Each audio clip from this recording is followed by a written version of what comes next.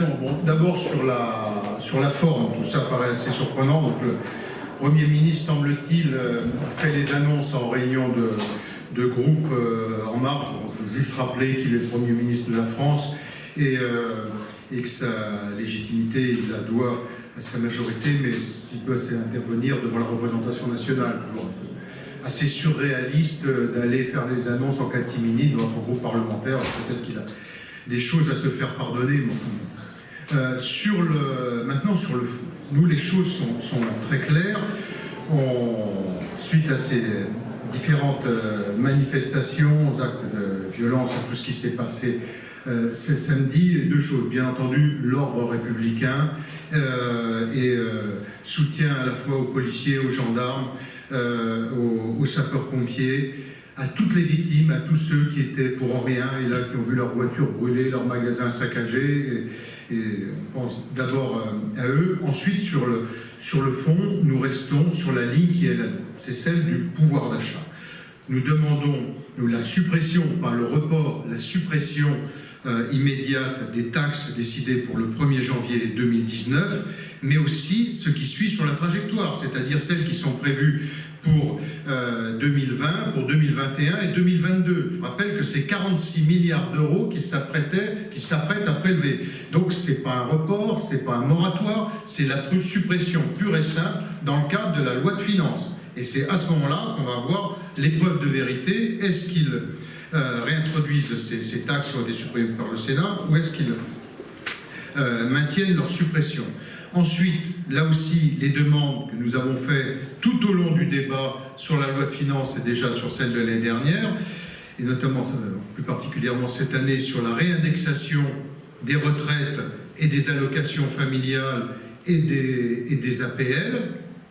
Et puis, troisième mesure, qui est là aussi sur une proposition qui est sur la table, c'est celle des heures supplémentaires défiscalisées et désocialisées, c'est-à-dire la mesure telle que nous l'avions mise en place. Donc nous restons sur cette ligne-là, suppression des taxes, réindexation des allocations et puis les heures supplémentaires et pour ce qui est des retraités, eh bien la baisse de la CSG de façon à ce que aujourd'hui il y a eu compensation de la CSG, on ne l'a pas partagé mais peu importe, il y a une compensation pour les salariés, il n'empêche que les retraités aujourd'hui le prennent de plein fouet.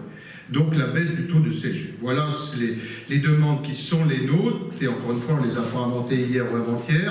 Depuis le début du débat en loi de finances, nous sommes sur ces sujets. Et on reste sur les mêmes revendications, on n'en rajoute pas, mais on reste sur cette ligne-là. Oui, mais vous avez connaissance... Attendez, allez-y, vous avez commencé. Oui, mais la transition écologique. Oui, mais la transition écologique, il y avait une trajectoire. On demande à ce que cette trajectoire soit respectée. Ce qui est fait là, c'est plus du double, et nous avons été contre, et nous restons contre l'accélération de la trajectoire, qui d'ailleurs ne figurait absolument pas dans le programme de M. Macron. Au pire, dans le programme officiel, il n'y avait rien. Au pire, vous allez trouver dans Macron 2017, sur un site, vous allez trouver qu'il parle d'harmonisation de la fiscalité. Harmonisation de la fiscalité, d'ailleurs, je ne vois pas en quoi ça justifiait d'augmenter l'essence, d'une part, et d'autre part, l'harmonisation, on pouvait tout à fait la faire à la diminution, mais pas avec 46 milliards de prélèvements supplémentaires comme indiqué. Est-ce que vous avez connaissance des annonces du Premier ministre qui vient de s'exprimer à la télé? Par vous, par des tweets de gens qui étaient à la Réunion En Marche. Non, ce qui est quand même... Oui, là aussi, je veux dire, on est dans un... on a vu que ce gouvernement était complètement acculé, pris de panique, que ce soit le président de la République ou le Premier ministre, et tout ça continue dans le même sens. C'est-à-dire, là, je vous dis, des annonces en catimini qui seraient faites, au lieu d'être faites devant la représentation nationale, qui sont faites en réunion de groupe. Enfin, c'est n'importe quoi. Et annonces à la télé. Mais peut-être à la télé aussi. Oui, il a fait une déclaration.